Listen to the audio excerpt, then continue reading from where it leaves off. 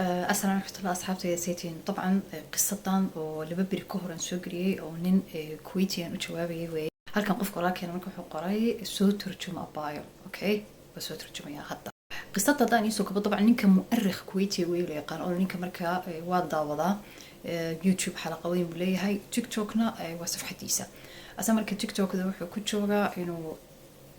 wax ka yar 30 minute أما لبعتن دقيقة أما 10 دقيقة كريه 10 دقيقة كورن second كريه كو هاد information بوسا أطورا because سو وحو هايستا يعني شيء إنه documentary إن إنجليز كا إنه have to have كركه هايو حتى من مربو وحو شيء أسرار بدن بوهايا لكن هاد ما هاد لكرو because ضدكي وحكومة وريد شوغا so that's why حتى فلو بانكو أهاي نين كمركة مؤرخة واحد على هشام العوضي marka wuxuu yiri qisad waxa jiray saddex nino siimaana Soomaaliya ku badda ah doomaha leh ba nin Kuwaitiya oo businessman bay dileen wixii u dileen because ninka businessmanka wuxuu ahaa businessman lulu okay so nimankan marka saddexda way u shaqeynayeen doontiisa hadhow hameen buu ninka marka maalin buu lacag badan soo shaqaystay uu gaday luulkii wixii lacagtiisii marka damceen inay ka qaataan markuu seexday bay xabad ku dhufteen intii doonta ku jirtana arano doontii badda isku tuureen kadibna lacagtii bay dhaceen way carareen ninkaas waxa lagu xabaalayaa Sacuudiga after that Ingiriiska markuu ogaaday waxay yiraahdeen because 1913 bay dhacday يعني بقول سنة يبف بالك تشوفه بقول سنة طبعا بقول سنة 10 سنة وحساسة وعررين بهدول الإنجليز كانوا ويسوهلين هدول واحد يسكت داية ضد كاس after that نينك لكن أمير كواجا سكويت حكومي بنمان كاس كتبت تجي كتبنا هو قبتاي كتبنا هو ديلي قصة ساسو سجيري أنا مركم حنسمي أنا كمرك حتى كهر because media كويت والله السعودة هذا كل واحد جرى نمن بدن وعانا أصدق أحيان وحتى قصص كعادي كشيء أو يوتيوبرا أو ملايين داودان بوحي الشيئين إنه شري من صومالي وتكسيلة وكويت شوجا وكون صعب بقول كنت كيبف طبعا كويت بترولي وحاس ملاهين واجس وضن كعادي وها ولي وحكو شري احتلال بريطانيا مع استعمارك نمك صوماليا شرو أفريقيا ضدك دلي شري كويتين تمساكين التكسيات شاها لعقته كل عشري آخر شيء والله قبتي هلو إنجليز كاره اللي سكتاه وقصة تصل بشيء طبعا أنا قد in the end سيرش مركز سبحة وقاعدي قصتها نورتها يعني وضد صومالية هالمر بين العضي وأنا نمن سيمانة قصتنا أنا هديني شيء طبعا أنا قد شيء كذا واحد أقول بلا بي نيك مؤرخة كويتية أنا أدينك إني as a كويتيان بس وشيء يسأل لكن as a صومالي بأني كشيء كان يا باعري because لبضان قصة لبضان ودن بيكر لحد ودنكينا marka saas oo aragtaan anaka taa Soomaalinahay saas oo aragna waxa dhacay طبعا Soomaalida badankood north to the south way ogyihiin in hadda ka hor maqleen ilmaa waxa jira xeebaha laga xaday sheekadaas dhab weeye ninkan marka oo Aroomi la yiraahdo Aroomi baa la yiraahdaa waa uu difaacayo businessman-ka horta businessman luul kaliya ma ahayn ninkan wuxuu ahaa nimanka ugu waaweyn dadka masaakiinta African-ta laga soo dafo uu dib loo gado adoonnimo marka niman badan oo hadda ku jooga khaliijka especially Kuwait nimanka oo business ka sameeyay jooga reach ahaa asagoo ayaga ahaayeen maanta dabcan qof intuu soo baxo ma oran karo wallahi hebel baa wuxuu ahaan jiray adoomadu ka bixin jiray ama wallahi hebel bani aadam buu gadi jiray khaasatan adduunka uu isbedelay marka wiimasay wuxuu ahaa luul dahab ma fahamtay sheekadii baa la qorxinayaa ma ninkan adoomadu dadka masaakiinta waa adoomada u gadi jiray marka dabcan Soomaaliya dadka loo leeyahay Carabta mesela ama Yurubiyaanka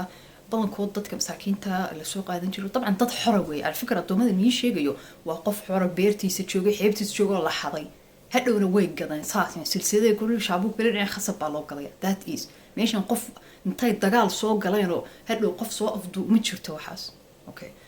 ninkan marka xeebahaas fog iyo ku fogaada wuxuu yiri Tanzania Kenya meelaha luuqa dheer South Africa halkan tijaabi xeebaha Soomaaliya marba macruuf weeye businessman weeye business طبعا xeebaha طبعا sheekada ka dhacday waa barbare la sayl baa laga hadlayaa waa north ka Soomaaliya uu yimid wuxuu yiri ku fiiri ilmo yar halka ku ciyaaray arona wuxuu sameeyay mannac busay whatever ada ilmihii wuu ka haystay ilmihii dabcan waa la waayay xeebahan marka xeeba business weeye teermo ama waqtiyaa la furaa sanadkii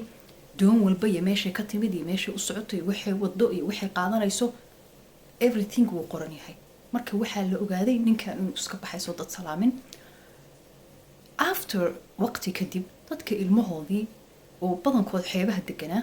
badankood dadka xeebta degan waa xeebeley waa dad doomale waa dad badda kori kara badii bay raaceen طبعا sheekada isaga wuxuu yiri waa saddex anigu meel waxaan ku akhriyay afar ee qoreen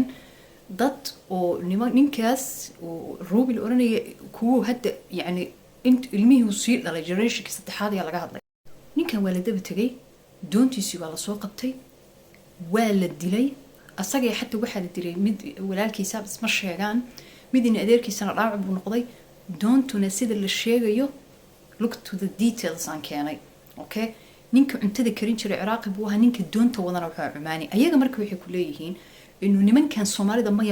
wana keenoo shaqeyn jireen oo lacagta bay hunguriyeen aniga waxaan ku iri waagaas 100 sano ka hor Soomaalidu rich dhalay buu ahaa adduunku saan ma ahayn waa markii sadaqada inay keeni jireen baa iri ya jasiirat al-arab mana ah dawladda iyo saltanad ma inay keeni jirtay tujaarta liftirkooda siimaanka iyo businessmanka kaliya baa lacag aruurin jiray dawladdu ma aha xataa marka ninka Soomaaliga xeebta u shaqeynaya waayo حتى كسو قاد وش قية وحن كنا أنا كسومالي هدانا هاي وحن لويا قانا وآد بويرتهاي يعني بقول كي بسجال قف أنا كومي إسكجا حد قدوبنا هدا ارتقف بميل لجود لي مد بالمرتشي مديرة بكس رجل رفطي إلا ما بقى الواد قفلة دان صدي صومالي كان هدا دان صدو ما أمصيو أما دمرة من نمن هالنقطان نين كان مركب وحواري بيزنس كيسي ولن بالسوا أفشري أوكي قصة مركب هادو طبعا إنجليزك طبعا أنا رن حكومة شري بدن كود ويجولين طبعا تراي فرنسيس لكن إنجليزك وبدنا بدهان إنجليزك مركب كون سجال بقول وحلا جهد لي تاريخ الفوكسية كون سجال بقول صدق يتوقعي أول شيء دراويش تبجوري ثاني شيء دجال كدون ككوبات باتشري تان صدحات أيجا مشغول سنة لبسكو هي عدانك تان أفراد من أنتي سوق بتاني قد لا من عربة مكو كلطة يسيل عبربرنا ممكن إنه يهدو تشوف دونان إنجليزك وامي مرك that's why أنا بوصان الله يا هاي إنجليزك وحوي يري إسكدا يقول ورقة ساقرا إنجليزك وحوي نجدا يضدك نجدا وحوي ورد بدنين هدان دلنا أنا كمسي تشيلتون ولا إسكدا أي مرة وحكو درسدين باي أمير كي بكتب التجي مجا عيسى طبعا واجس متشن ودن كويت لي هذا even Somalia ولي ما إيمان يعني وحلا جهد ليا ولي السلطنوين بالله ما فهمت